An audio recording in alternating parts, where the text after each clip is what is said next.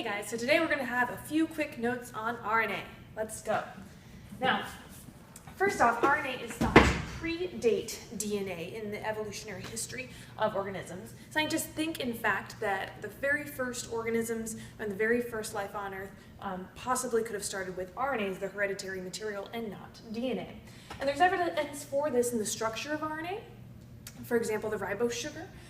In the stability of DNA is actually more stable. So as it came on later, when DNA was in these organisms or in these cells, it was able to hold its structure better, but RNA might have been first. And the complexity, DNA of course is more complex, and our evolutionary history shows us that molecules or organisms generally go from less complex to more complex. And of course its efficiency, our DNA replication and synthesis of proteins is more efficient than RNA would have been as a molecule of heredity. But DNA is very much thought to come after RNA in our evolutionary history.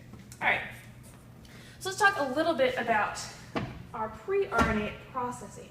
Now, we have lots of different strands of DNA within our organisms, especially in eukaryotic organisms. We're going to go through a lot of pre-RNA processing because that RNA could later become mRNA or rRNA or tRNA or a different type of RNA.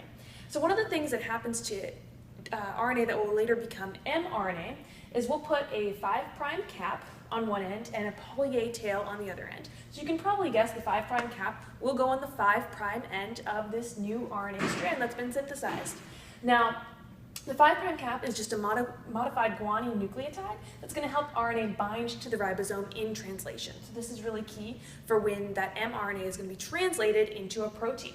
And then finally our poly-A tail, and I have a small sketch of this here. Of course, it's lots of string of adenines, I spelled this wrong, so lots of adenines at the end. So a string of adenine nucleotides that will protect RNA from degradation by these special enzymes within the cell, and it's also going to help release this RNA into the cytoplasm. So both of these will help with the stability of our RNA molecule, but will also help it release into the cytoplasm to go to the ribosome so it can undergo our translation. All right, let's talk a little bit more about exons and introns. Now, remember, our exons are our expressed regions of our DNA, and our introns are our intervening regions. And when scientists were first mapping out the human genome, they thought they had a lot more genes in humans than there actually are. And the reason for this is that we may have different ways of expressing the same gene. So for example, because of RNA splicing, we can end up with two completely different proteins from the same stretch of DNA, from the same gene. So if our exons are represented by numbers here, so this section is 1, this section is 2, this section is 3, 4, 5, etc., the purple will be our introns, the parts that we will splice out later. We'll get this primary RNA transcript after our first step of our transcription. And then we'll get something that looks very similar to our original DNA. Now, after RNA splicing, which is going to happen by regulatory proteins specific to cells that are going to control the intron-exon choices, we can get one of several versions of this particular gene. So we could get an mRNA that goes 1, 2, 3, 5, or we could get an mRNA that goes 1, 2, 4, 5.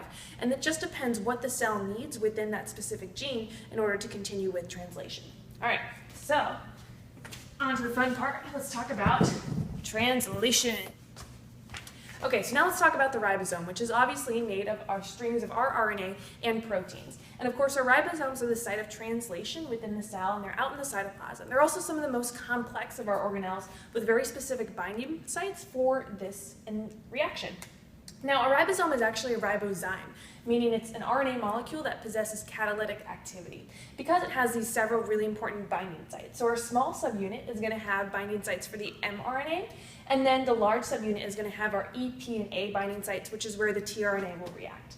Now, it needs a little bit of energy for this process to occur because the tRNA isn't degraded after the reaction happens, and that energy is going to be guanosine triphosphate, which is very similar to ATP, adenosine triphosphate, but it's not quite the same molecule. But just remember that GTP is the energy that we use for this reaction. All right, see you later.